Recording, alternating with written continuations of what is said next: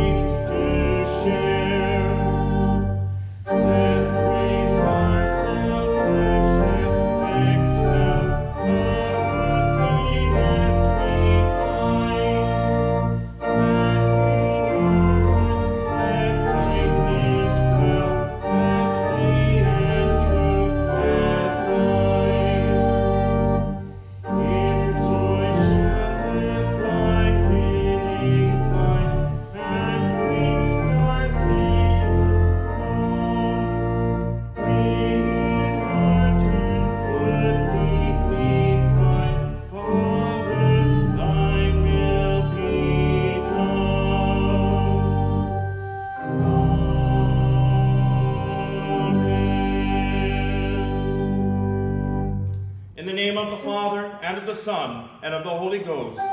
Amen.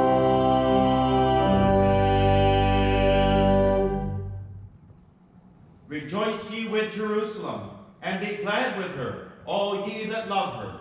Rejoice for joy with her, all ye that mourn for her.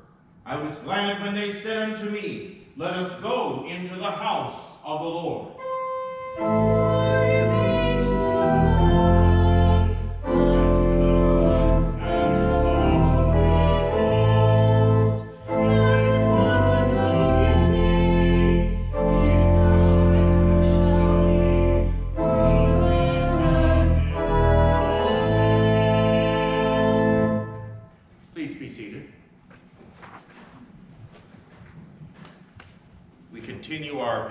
History reading. These are drawn from the four Gospels and put together in chronological sequence so we can follow the events of Christ's Passion.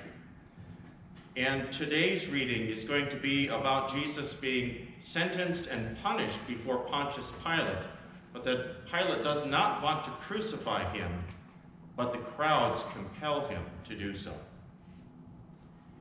And Pilate, when he had called together the chief priests and the rulers and the people, said unto them, Ye have brought this man unto me as one that perverteth the people. And behold, I, having examined him before you, have found no fault in this man, touching those things whereof ye accuse him. No, nor yet Herod. For I sent you to him, and lo, nothing worthy of death is done unto him. I will therefore chastise him and release him.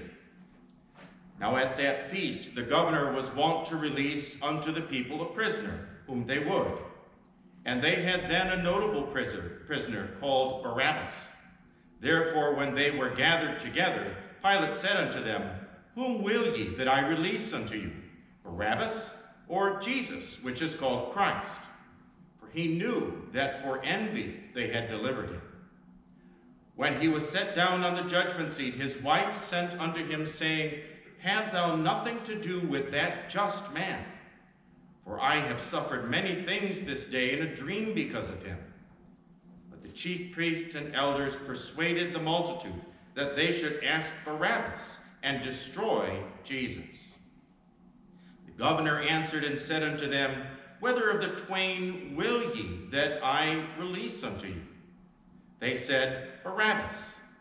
Pilate saith unto them, What shall I do then with Jesus, which is called Christ? They all say unto him, Let him be crucified. And the governor said, Why? What evil hath he done? But they cried out the more, saying, Let him be crucified. When Pilate saw that he could prevail nothing, but that rather a tumult was made, he took water and washed his hands before the multitude, saying, I am innocent of the blood of this just person. See ye to it. And answered all the people and said, His blood be on us and on our children. Then released he Barabbas unto them. Then the soldiers of the governor took Jesus into the common hall, and gathered unto him the whole band of soldiers. And they stripped him, and put on him a scarlet robe. And when they had plaited a crown of thorns, they put it upon his head, and a reed in his right hand. And they bowed the knee before him, and mocked him, saying, Hail, King of the Jews! And they spit upon him, and took the reed, and smote him on the head. Pilate therefore went forth again, and saith unto them, Behold, I bring him forth to you, that ye may know that I find no fault in him. Then came Jesus forth, wearing the crown of thorns, and the purple robe. And Pilate saith unto them, Behold the man. When the chief priests therefore and the officers saw him, they cried out, saying, Crucify him! Crucify him! Pilate saith unto them, Take ye him, and crucify him, for I find no fault in him. The Jews answered him, We have a law, and by our law he ought to die, because he made himself the Son of God. When Pilate therefore heard that saying, he was the more afraid, and went again into the judgment hall, and saith unto Jesus, Whence art thou? But Jesus gave him no answer. Then saith Pilate unto him, Speakest thou not unto me? Knowest thou not that I have power to crucify thee, and have power to release thee? Jesus answered, Thou couldst have no power at all against me, except it were given thee from above. Therefore, he that delivered me unto thee hath the greater sin. And from thenceforth Pilate sought to release him. But the Jews cried out, saying, If thou let this man go, thou art not Caesar's friend. Whosoever maketh himself a king speaketh against Caesar.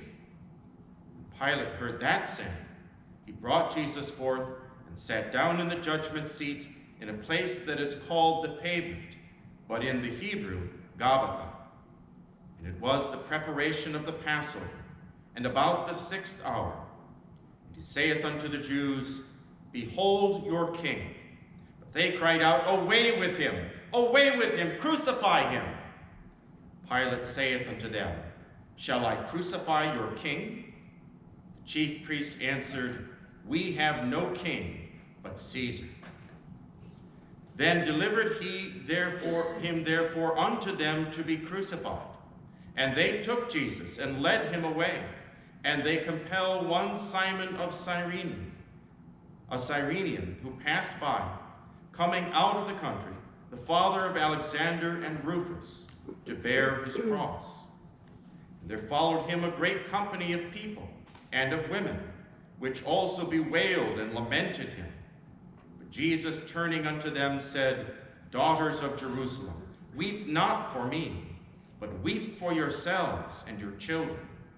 For behold, the days are coming, in the which they shall say, Blessed are the barren, and the wombs that never bare, and the paps which never gave suck.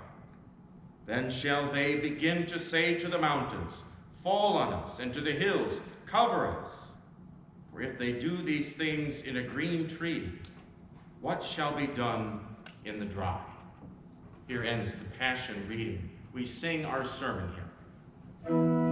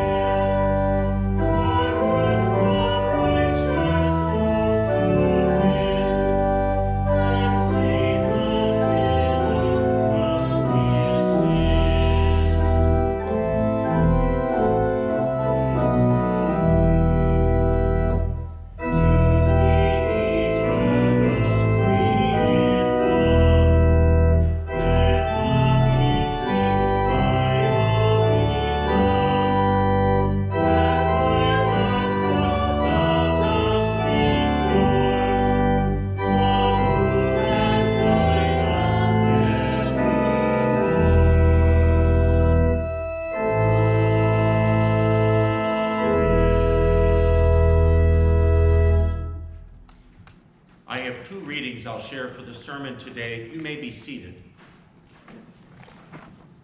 Our first reading comes from the book of Exodus, the 28th chapter, beginning at the 31st verse. And in this reading, we hear a description of the robes that were worn by the high priest at the tabernacle and the temple.